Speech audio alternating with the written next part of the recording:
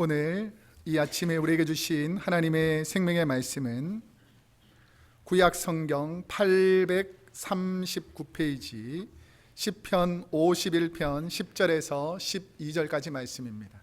제가 시편 51편 10절에서 12절까지 말씀을 봉독해 드리겠습니다. 하나님 말씀을 경청하시기 바랍니다. 하나님이여, 내 속에 정한 마음을 창조하시고 내 안에 정직한 영을 새롭게 하소서. 나를 주 앞에서 쫓아내지 마시며 주의 성령을 내게서 거두지 마소서. 주의 구원의 즐거움을 내게 회복시켜 주시고 자원하는 심령을 주사 나를 붙드소서. 아멘. 오늘은 시편 51편 10절에서 12절까지 말씀을 중심으로 죄인들이 주님께 돌아오는 세상이라는 제목으로 하나님 말씀을 선포하도록 하겠습니다. 죄인들이 주님께 돌아오는 세상이 되기를 축복합니다. 우리 옆 사람에게 한번 이렇게 인사하면서 시작하겠습니다. 옆 사람에게 죄를 짓지 맙시다. 시작. 죄를 짓지 맙시다. 예. 한 번 더 할게요. 제발 좀 죄를 짓지 맙시다. 시작. 제발 좀 죄를 짓지 맙시다. 예, 마음은 원인데 우리가 그렇게 되지 않은 경우가 많죠. 우리 한국 속담에 보면 닭 잡아먹고 오리발 내민다라는 말이 있죠. 오리발. 뭐냐면 그때 당시에는 닭이 맛있는 음식인데 맛있는 그 오리발 내밀어가지고 너 닭 잡아먹었지? 그러면 아니야 하면서 오리발을 내미는 거죠. 닭 안 잡아먹었다고. 옆 사람에게 오리발 내밀지 않기를 축복합니다. 우리가 늘 생각하다 보면 정직하게 지낼 때도 있고 바르게 살 때도 있지만 본의 아니게 사소한 것에서부터 자꾸 오리발을 내미는 경우 있죠. 또 바꿔 말하면 그냥 진실하게 정직하게 얘기하면 쉽게 풀릴 문제도 자꾸 오리발을 내밀므로 상대방과의 관계가 좋아지지 않는 경우도 참 많이 있습니다. 우리가 주님 앞에서 정직하게 사시기를 축복합니다. 사람별로 조금씩 다르겠지만 인간에게 가장 힘든 것 중에 하나가 바로 자신의 잘못을 고백할 줄 아는 것입니다. 왜 자꾸 오리발을 내미는가? 정직하지 못한 이유가 무엇인가를 생각해 보면 여러 가지 이유가 있겠죠. 그 한국의 정치인들을 풍자할 때 빠지지 않는 소재가 뭐냐면 정직, 솔직함이 부재하다, 솔직함이 없다, 혹은 솔직하지 못하다, 이런 말들을 많이 쓰잖아요. 제가 한참 젊은 나이 때 한국에서 처음으로 청문회라는 것을 도입했습니다. 청문회. 그래서 TV에다가 막 청문회를 많이 했어요. 그래서 막 서로 이야기를 하다가 상대방에게 좀 불리한 것을 막 질문하잖아요. 그럼 정치인들이 아주 자주 쓰는 단골 메뉴가 있죠. 뭐죠? 기억이 안 난대요. 기억이. 뭘 물어보면 기억이 안 난대. 제가 볼 때는 기억이 안 나는 사람도 있지만 내 부정직함과 내가 잘못한 것이 드러날까 봐 오리발 내미는 하나의 방법으로 기억이 나지 않습니다 라고 말하는 경우가 많이 있습니다. 그러면 죄를 고백하기가 왜 쉽지 않을까요? 죄를 고백하면 해결된다고 하는데 왜 죄를 고백하는 일이 쉽지가 않겠습니까? 죄를 지으면 그의 대가를 치러야 한다는 불안함, 두려움이 사실을 사실대로 말하는 것에 대한 부담을 느끼게 합니다. 우리가 정직하게 안 하고 싶은 사람이 어디 있겠습니까? 그런데 우리가 잘못을 할 수 있잖아요. 이 땅에 살면서. 근데 잘못을 했을 때에 시인하기가 쉽지 않은 것은 내 잘못을 드러내고 많은 사람 앞에서 잘못했다고 말할 때에 내가 감수해야 되는 여러 가지 책임이 있다는 것입니다. 때로는 벌을 받아야 되고 감옥에 가야 되고 비난과 여러 가지 죄악의 소리를 들어야 될 때가 있습니다. 그렇기 때문에 사람들은 나의 잘못을 다른 사람 앞에서 말하는 것을 부담스러워합니다. 최초로 죄를 지은 아담과 하와가 죄를 짓고 처음에 한 일이 뭐죠? 숨죠. 도망가죠. 왜 그랬을까요? 죄를 통해서 하나님 앞에서 혼날까 봐, 하나님께서 꾸지람할까 봐 여러 가지 두렵고 떨리는 마음 때문에 숨는 것입니다. 오늘 본문 또한 시편 51편은 다윗이 자신의 부하 장수였던 우리아의 아내 밧세바를 보고 성적인 욕구를 참지 못하여 죄를 짓고 그 죄를 꼼꼼 숨기고 살려고 합니다. 그렇게 됐을까요? 안 됐을까요? 안 됩니다. 죄를 숨기고 살려는 다윗의 마음이 얼마나 불안하고 두려웠겠습니까? 혹시 여러분 누구한테 죄를 지어봤어요? 죄를 지으면 마음이 어떻습니까? 불안하죠. 그 사람에게 만약에 특별히 죄를 지었으면 그 사람을 만나기가 쉽지 않습니다. 그래서 기본적으로 우리가 누구에게 죄를 지으면 슬슬 피해요. 목사님한테 죄를 지은 사람 제가 알까요? 모를까요? 잘 압니다. 제가 죄가 없을 때는, 나랑 별로 문제가 없을 때는 막 앞에서 막 목사님 하면서 이런데, 뭔가 이렇게 마음에 꺼리낌이 있는 사람들은 슬슬 이렇게 우리 옆 사람에게 이렇게 한번 고백합시다. 날 피하지 마세요. 시작. 우리가 죄를 지으면 자꾸 피하게 되는 거죠. 우리가 하나님과의 관계도 마찬가지입니다. 하나님과 관계가 올바로 성립되어 있지 않으면 늘 슬슬 피하는 거예요. 그러면서 자기 합리화를 계속해서 말하는 것이죠. 그런데 궁극적으로 따져보면 자신이 제일 괴롭습니다. 다윗이 왜 이렇게 괴롭게 하는가? 하나님을 경외하던 다윗, 하나님의 사랑을 받았던 다윗, 그 다윗이 자신의 잘못을 숨기기 위해서 밧세바에게 악한 일을 한 다음에 또 어떤 일을 벌입니까? 밧세바의 죄를 덮고자 그 밧세바의 남편인 우리아를 죽이게 되죠. 여러 가지 죄악들을 합니다. 그러면서 하나님과 아름다운 관계를 맺을 때는 내가 하나님과 너무 기쁘고 즐겁고 삶이 기뻤는데, 내가 죄를 짓게 되니까, 내가 거울을 보니까 점점점 괴물처럼 바뀌고 있는 자기 자신을 보면서 안타까워했을 거예요. 그럼에도 불구하고 이 죄를 드러내기를 원치 않습니다. 내가 왕인데, 내가 그래도 이 나라에서 최고의 권력을 가지고 있는데, 내가 하나님께 최고의 사랑을 받은 다윗 왕인데, 이런 자신의 자존심 때문에 자기가 혹시나 드러나서 어려움을 당할까 봐 이 죄를 철저하게 꼭꼭 숨기려고 합니다. 세상은 죄인을 쉽게 용납하지 않습니다. 오히려 죄인들을 정죄하고 비난하지만 더 심각한 문제는 뭔지 아세요? 우리가 남을 정죄하고 욕하고 비난할 때에 내가 그 자리에 서 있을 수 있다라는 것을 생각하지 못할 때가 많습니다. 나도 죄인일 수 있다, 나도 누군가에게 정죄받을 수 있는 연약한 자리에 서 있을 수 있다라는 것을 생각하지 못하고, 누군가 잘못을 저지르거나 내가 보기에 부도덕하게 행동하면 욕하고 비난하는 일은 우리가 잘하지만, 나도 그렇게 넘어질 수 있는 연약한 사람이 될 수 있다라고 생각하는 분은 그다지 많지 않더라는 것입니다. 자신의 잘못을 다윗은 나단 선지자를 통해서 책망을 받습니다. 그러면서 하나님 앞에서 다윗은 철저히 회개합니다. 오히려 이 순간이 더 기뻤을 거예요. 죄를 숨기면서 불안하며 살 때보다는 이제 매를 맞으면서 내가 철저히 죄인이며 하나님 앞에서 회복되기를 원한다고 고백하는 이 시편 51편을 쓸 때 이 마음, 시편을 지어놓고 내가 이 시편을 부르면서 찬양할 때마다 하나님 감사합니다. 이런 못난 죄인, 이런 악한 일을 저지른 죄인도 하나님 나를 회복시켜 주시니 참으로 감사합니다. 눈물로 통회하면서 쓴 참회시가 오늘 시편 51편입니다. 죄를 지은 우리가 하나님께 돌아가기 위해서 필요한 것이 무엇인가? 자, 10절 말씀에 나와 있는데 다윗이 무엇이라고 고백하고 있는지 한번 함께 읽어보겠습니다. 시작.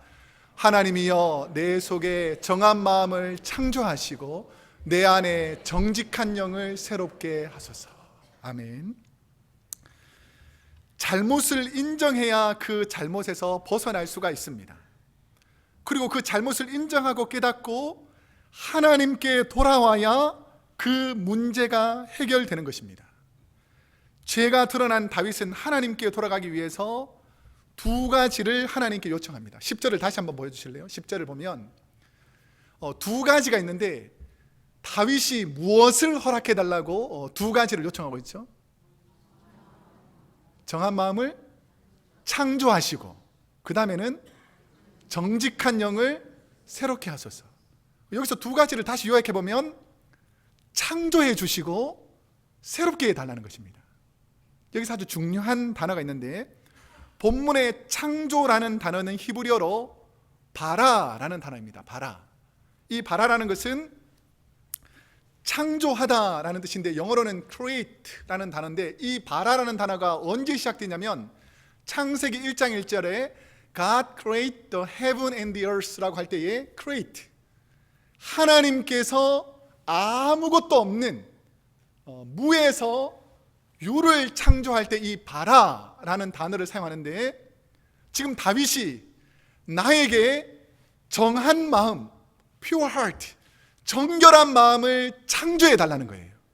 그럼 바꾸어 말하면 다윗의 마음속에는 정결한 마음, 정한 마음이 있었단 말입니까? 없었단 말입니까? 없었다는 거예요.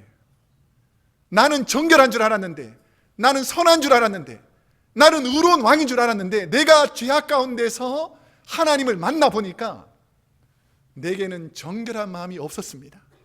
그러니까 하나님, 나에게 정한 마음을 창조해 주십시오라고 하나님께 호소하고 있습니다.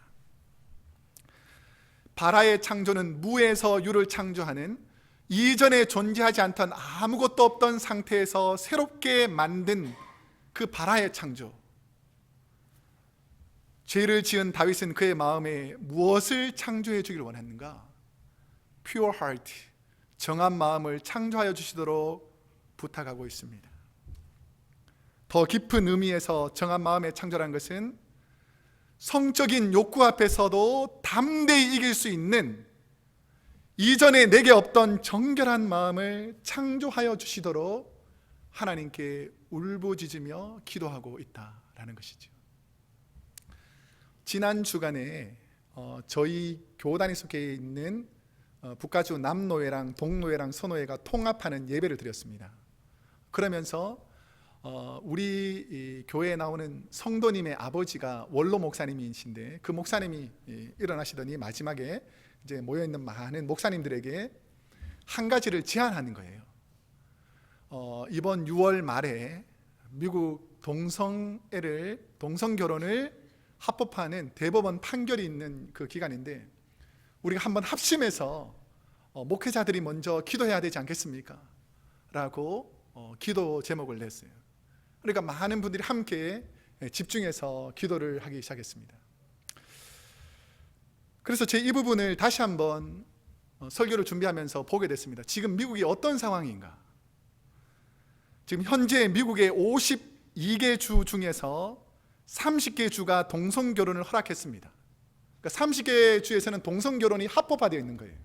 근데 나머지 22개 주에는 동성결혼을 반대하거나 혹은 이것을 찬반 투표를 하지 않은 그런 주입니다. 그런데 2015년 4월 28일부터 동성결혼을 반대하는 주의 법을 고치고자, 그러니까 다 동성결혼하는 주로 다 바꾸려고 하는데 22개 주가 아직 찬성을 안 했잖아요. 그러니까 대법원에서 법을 바꿔가지고 이제 미국 전체는 동성결혼을 허락하는 나라로 바꾸자고 대법원에서 판결을 준비하고 있는 것입니다. 성경이 분명히 죄라고 말하는 것을 이제 죄가 아닌 것으로 법을 만들자라고 법을 만드는 나라가 어떤 나라인 줄 아십니까? 청교도가 하나님의 사랑 때문에 복음으로 세운 이 나라가 이제는 하나님을 정면으로 대적하는 것을 법으로 만들어서 합법하겠다라는 것으로 전락하게 되었습니다. 이 최근 한국에서도 동성애 문제에 대한 대학 총장님들이 모여가지고 포럼을 열었습니다.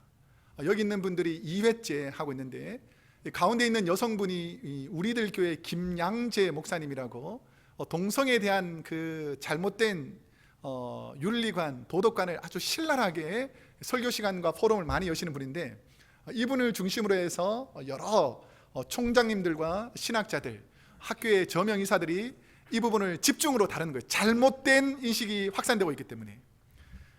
그 중에서 부산대학교 김원평이라는 교수님이 동성애는 선천적인가라는 주제를 가지고 발표를 했습니다. 저도 여러 번 연구해 봤는데 대부분 사람들이 착각하는 것이 뭐냐면 대부분의 동성애자들은 후천적인 사람이 더 많습니다. 그러니까 선천적으로 동성애를 가진 사람은 극히 소수고 대부분은 가족이나 문화, 경험 등 후천적인 것을 통해서 신체적인 요소, 성격, 외모 등의 요인을 통해서 동성애 성향으로 바뀌어 간다는 거예요.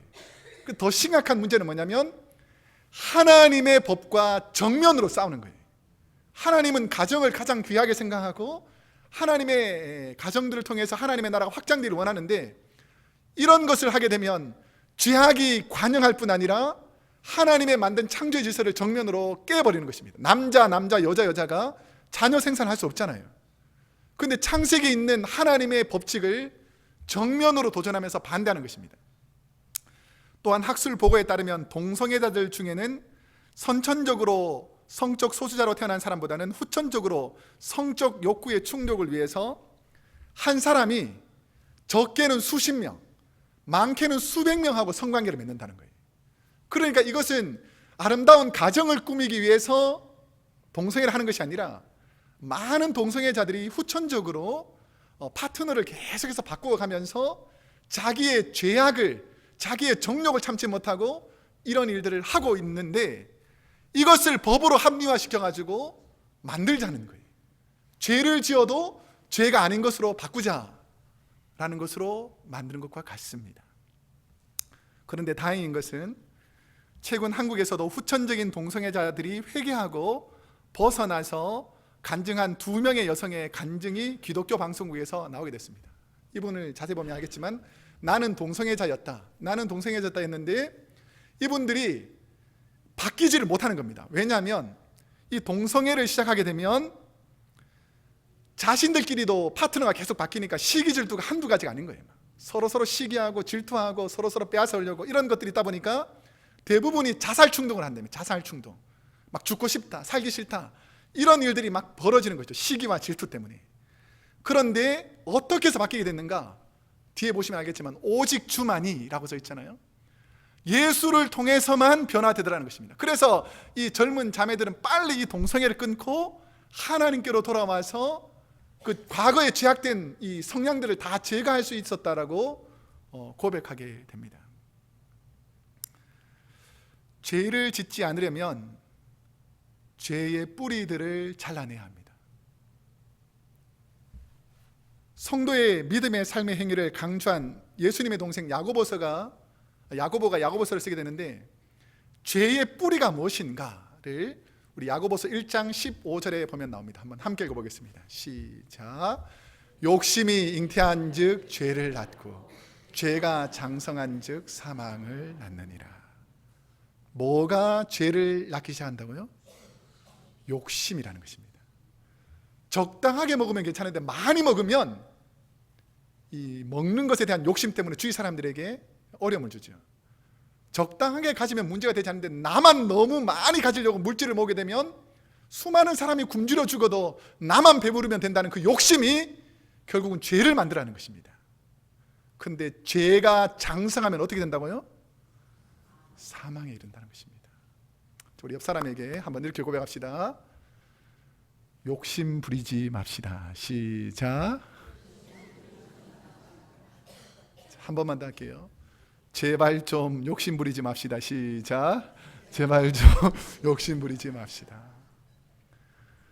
우리의 마음속에 있는 것을 컨트롤할 수 있습니다.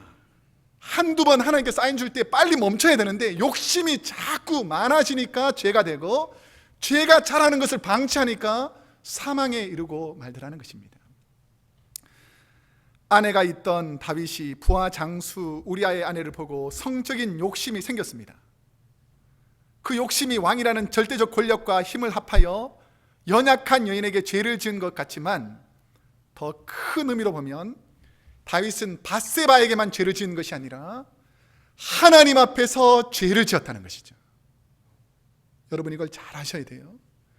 죄를 짓는 것이 그 상대방에게만 죄를 짓는 것이 아니라 죄를 짓는 순간마다 우리가 깨달아야 되는 것은 내가 지금 하나님 앞에서 죄를 지었구나 라는 그 깨달음이 있어야지 회복될 수가 있습니다. 죄에 눌렸던 다윗이 비참한 상황에서 벗어나기 위해서 한 일이 무엇인가? 오늘 본문 11절에 보면 다윗이 하나님께 간절히 두 가지를 요청합니다. 한번 함께 읽어보겠습니다. 11절 시작. 나를 주 앞에서 쫓아내지 마시며 주의 성령을 내게서 거두지 마소서. 지금 뭘 두 가지를 부탁하고 있죠? 첫 번째는 주 앞에서 쫓아내지 마시며, 또 다른 말로는 또 한 가지 더는 뭐죠? 주의 성령을 내게서 거두지 마소서. 지금 얼마나 불안하면 하나님 나를 쫓아내지 마십시오, 내게 베풀었던 성령을 거두지 마십시오. 이 말은 바꾸어 말하면 뭐라고 표현할 수 있냐면, 내가 이렇게 잘못된 삶을 살면 하나님께서 나를 쫓아내시면 어떡하나, 하나님께서 내게 허락한 성령을 거두어 가시면 어떡하나는 이 두려움과 떨림이 있습니다. 하나님께 나와 자신의 심각한 문제를 해결받으려고 다윗이 선택한 방법은 하나님께 자신의 죄를 오픈하는 거예요. 죄를 숨기면 절대로 그 죄가 해결되지 않습니다. 여러분이 가지고 있는 죄악의 문제를 하나님께 오픈하기를 축복합니다. 여러분 죄악을 사람에게, 옆 사람에게 한번 얘기해 보세요. 해결될까요? 안 될까요? 됩니까? 안 됩니까? 옆에 있는 사람 좀 믿을만 해서 내 죄를 말하면 해결될까요? 안 될까요? 왜 안 됩니까? 옆에 있는 사람은 죄의 문제를 해결할 수 있는 능력이 없습니다. 하지만 우리 하나님께 나아가면 하나님께서 이 죄 문제를 해결해 주실 줄로 믿습니다. 그렇기 때문에 이 다윗은 하나님께 와서 이 문제를 오픈한 겁니다. 여러분의 죄는 하나님 앞에서 솔직하게 오픈되어지고 있습니까? 요즘 한국에서 가장 큰 이슈가 되고 있는 사건이 바로 중동호흡기 증후군 메르스라는 바이러스의 전염의 두려움입니다. 그래서 웬만한 사람들은 병원에도 안 가고 움직이지도 않고 그냥 가만히 있는 것이죠. 현재까지 제가 어제까지 조사를 보니까 사망자 수가 14명, 확실히 메르스가 몸에 있다라고 확진된 사람들이 145명, 집에서 스스로 격리된 사람들, 이제 접촉이 했을 가능성이 있어서 격리된 사람은 숫자가 너무 많아가지고 얼마나 많은 사람이 그 병에 전염될 가능성이 있는지를 알 수가 없을 정도로 수많은 사람이 거기에 오픈되어 있다는 것이죠. 그런데 제가 이거 메르스 처음 한국에서 발생했다고 한국 뉴스를 볼 때, 그 뉴스를 할 때에 보건복지부에서 한 사람이 나와서 했던 말이 기억납니다. 뭐라 그랬냐면, 이분이 한 사람이 중동에서 이렇게 병이 옮겨왔는데 사람들이 막 걱정하고 염려할까봐 그렇게 말했는지 모르지만 별로 큰 문제가 되지 않는다고, 전파가 잘 안 되는 거니까 걱정하지 않으셔도 된다고. 그러니까 백성들을 안심시키기 위해서 그렇게 말을 시작했겠죠. 정부에서도 그 다음날 별로 문제가 되지 않습니다라고 말했어요. 사실을 사실대로 말하지 않고 병원도 숨기고 환자도 숨기고 이런 사이에 이 바이러스가 막 급격하게 번져나가는데 통제가 안 되는 겁니다. 그렇다 보니까 최근에 어떻게 정책을 바꿨습니까? 다 오픈하는 거죠. 다 오픈. 이 오픈해서 철저하게 우리의 잘못들을 다 오픈하니까 이제는 그 병이 이제 조금 수그러 들어가더라는 것이죠.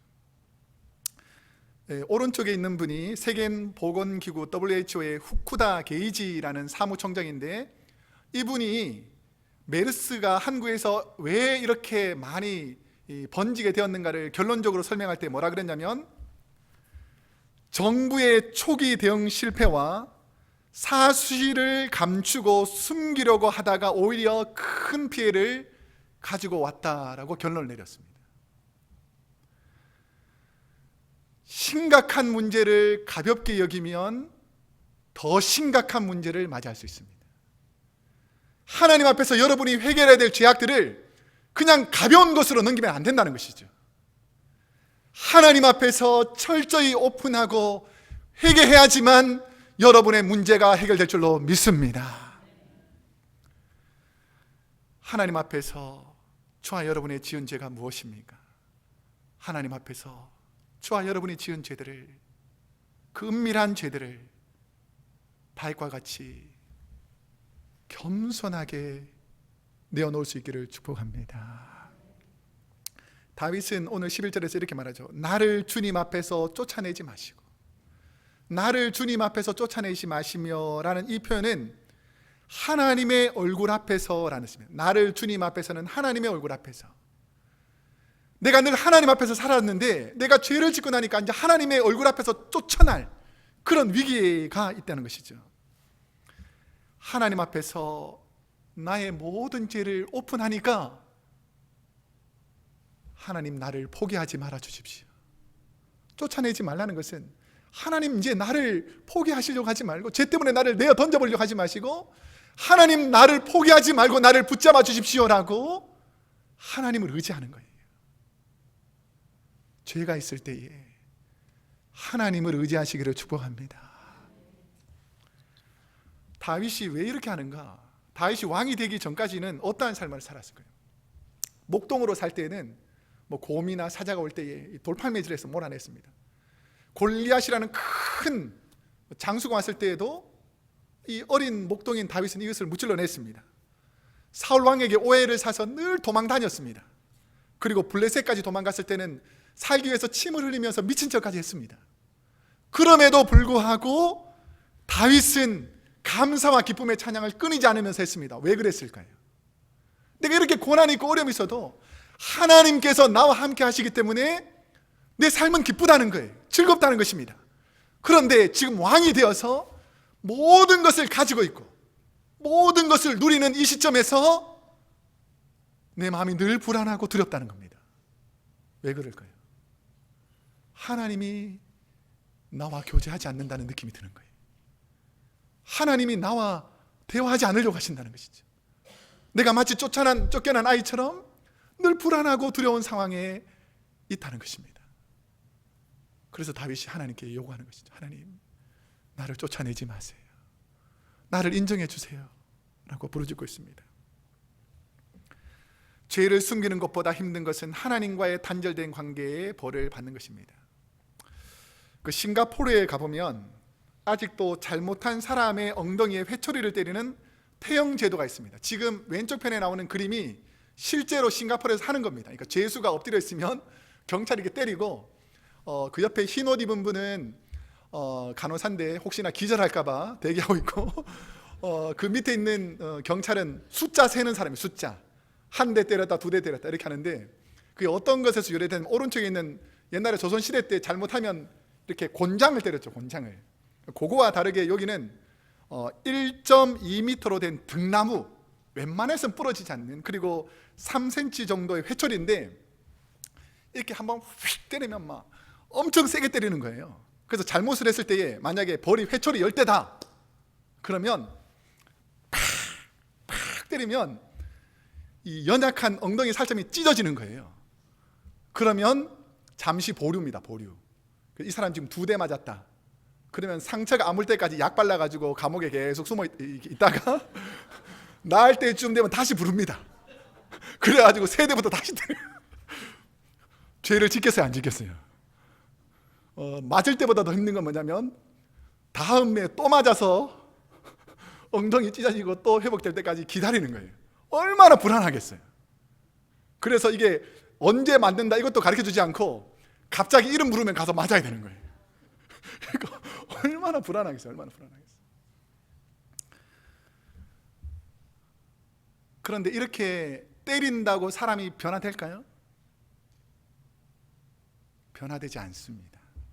만약에 때린다고 변화됐으면 사형제도로 다 죽음을 받으면 다 변화돼야 되죠. 근데 연약한 인간은 강한 처벌을 한다고 해결되지는 않더라는 것입니다. 오히려 엄한 처벌과 경고가 죄를 지은 사람을 궁극적으로 완전히 고치지 못하고, 오히려 죄를 지은 사람들 중에서 전과자가 많은 것을 생각해 보면 죄의 대가를 치렀다고, 죄 형벌을 받았다고 정결한 사람으로 바뀌는 것은 아니더라는 것이죠. 한국의 가출 청소년들의 대부분이 술을 먹고 들어와서 자녀들을 폭행하는 부모님 때문에 폭력을 이기지 못하고 가출하는 경우가 많답니다. 엄하게 자녀를 꾸짖는 아버지와 어머니는 있지만 자녀들을 친구처럼 사랑으로 안아주는 부모님이 부족하다 보니까 자신의 심각한 죄의 문제, 사춘기를 지나면서 청년이 되면서 어렵고 힘든 상황의 죄 문제를 부모님께 못 가져오는 거예요. 왜 못 가져올까요? 가져오면 더 구박하고 더 괴롭히고 더 힘들게 하니까 못 가져오는 것이죠. 여러분의 자녀들 한번 자세히 생각해 보세요. 저도 이 설교를 준비하면서 많이 생각해 봤습니다. 우리 자녀들은 그 심각한 문제가 있을 때 내게 가지고 오는가? 우리 하나님께 나와야지 문제가 해결될 줄로 믿습니다. 우리가 좋은 부모가 돼야 된다는 것이죠. 자녀들이 너무 힘들어서 이 자신의 문제를 해결할 수 없으려고 할 때에 우리 부모님께 가면 이 문제 해결된다. 하나님께 가면 해결이 된다. 목사님께 아니면 집사님께 장로님께 가면 해결된다는 그 통로가 있어야 되는데, 통로가 없다면 이 사람들은 이 피해갈 길이 없다는 것이죠. 본문에서 다윗이 제 문제를 해결하기 위해서 하나님께 울며 소원하는 것이 무엇인가? 성령을 거두지 말아 주시도록 하나님께 기도합니다. 저는 죄를 지은 다윗이 왜 성령을 거두지 말아 달라고 부탁하는지 한번 묵상해 봤어요. 왜 성령을 거두지 말라고 그랬는가? 그 해답이 사무엘상 16장 14절에 있습니다. 함께 읽어보겠습니다. 시작. 여호와의 영이 사울에게서 떠나고 여호와께서 부리시는 악령이 그를 번뇌하게 한지라. 하나님의 영이 떠나면 무엇이 임합니까? 악령이 임한다는 거예요. 다윗은 하나님의 성령이 떠나서 철저히 악신에게 시달리는 악한 일을 하다가 결국 비참하게 죽는 사울 왕을 잘 봤습니다. 사울이 처음에는 어떤 사람인 줄 아세요? 아주 겸손한 사람이었습니다. 너가 왕이 될 거라 그러니까 행구 뒤에 숨어서 저 같은 사람은 왕이 될 수 없습니다라고 겸손한 사람이었어요. 성령이 임했습니다. 그런데 하나님께서 그 악한 일을 보고 성령을 걷어가니까 이제는 불안함과 두려움과 악령으로 가득 차서 비참한 죽음을 사는 것을 다윗이 봤다는 것이죠. 그러니까 자신이 죄를 지어서 혹시나 하나님께서 내 성령을 걷어가면 나도 이 사울 왕이 비참하게 죽는 것처럼 나도 그렇게 비참하게 질까 봐 하나님 제발 내가 하나님께 아뢰니 하나님께서 허락하신 성령을 거둬가지 마십시오. 내가 죄인으로 살지 않고 하나님의 은혜로 살게 해주십시오라고 간절히 바라고 있다라는 것입니다. 죄에 눌렸다 회개하고 하나님께 돌아온 다윗이 다시 얻고자 한 것이 무엇인가?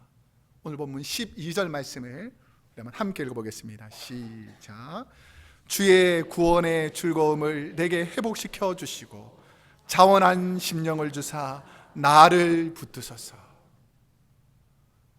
이 다윗이 제일 마지막 부분에 보면 나를 붙드소서, 나를 붙들어 주소서. 하나님이 안 붙들어 주시면 안 됩니다. 나는 너무나 쉽게 넘어집니다. 하나님 나를 붙드소서라고 하나님께 간절히 기도하고 있다는 것입니다. 구원의 즐거움이란 죄에서 하나님과 단절된 관계에서 다시 다윗은 하나님과 아름답게 교제할 때의 즐거운 시간으로 회복시켜 주시기를 기도하고 있습니다. 죄를 지은 다윗이 회복될 수 있었던 것은 그 비참한 죄의 순간에 절망하지 않고 아버지 하나님께 나와 자신의 문제를 해결해 주시도록 부탁하고 있다는 것입니다.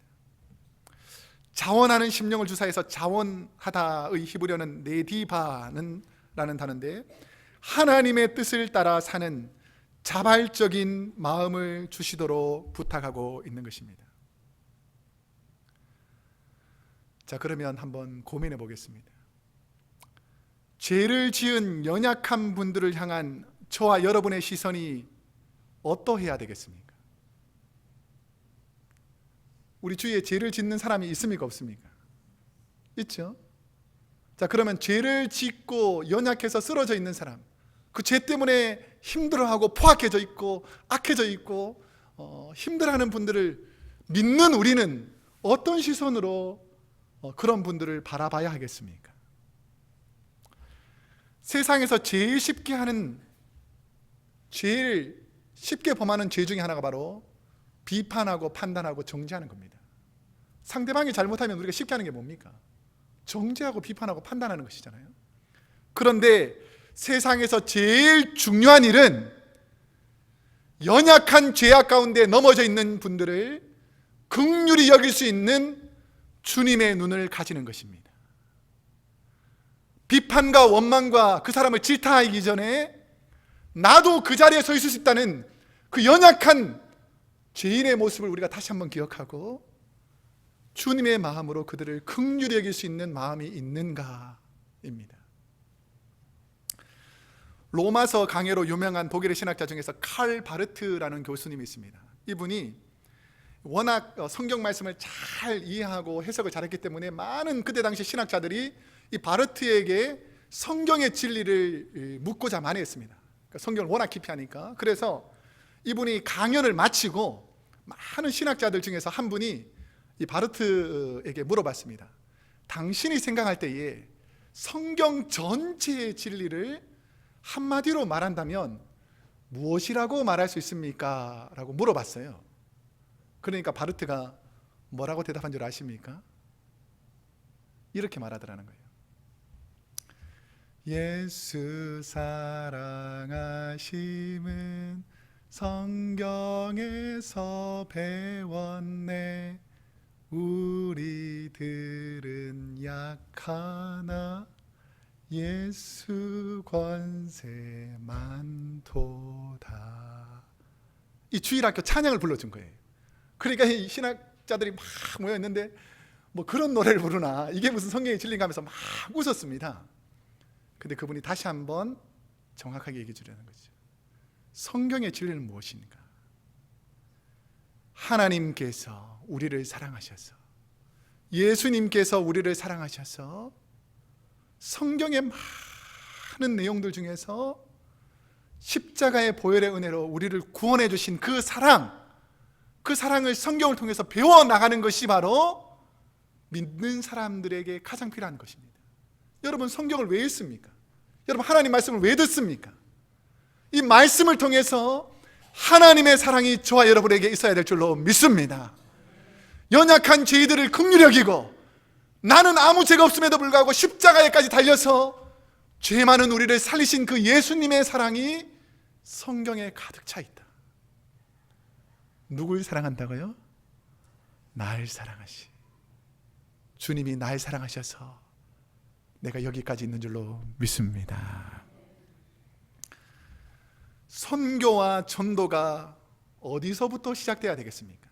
저희 교회가 6월 7월부터는 선교와 전도에 관해서 설교를 하고 있는데, 선교와 전도는 어디서부터 시작되는 것인가? 초대교회의 역사를 보면 너와 내 집이 구원을 받으리라 라고 말했습니다. 멀리 가서 선교하는 것이 선교가 아니라, 먼 곳에 가서만 선교하는 것이 선교가 아니라, 선교의 시작은 여러분의 가정에서부터 시작되어야 된다는 것입니다. 여러분의 자녀가, 여러분의 아내와 남편이, 여러분의 형제 자매와 부모가 주님께로 돌아오기를 축복합니다. 가정에서부터 철저히 다윗처럼 죄를 고백하고 하나님과 화목하는 일들이 생겨야 합니다. 아내가 먼저 남편의 잘못을 용서해야 합니다. 자, 우리 여성분들 잘 듣고 한번 고백합시다. 나는 당신을 용서합니다. 여성들만 하겠습니다. 시작.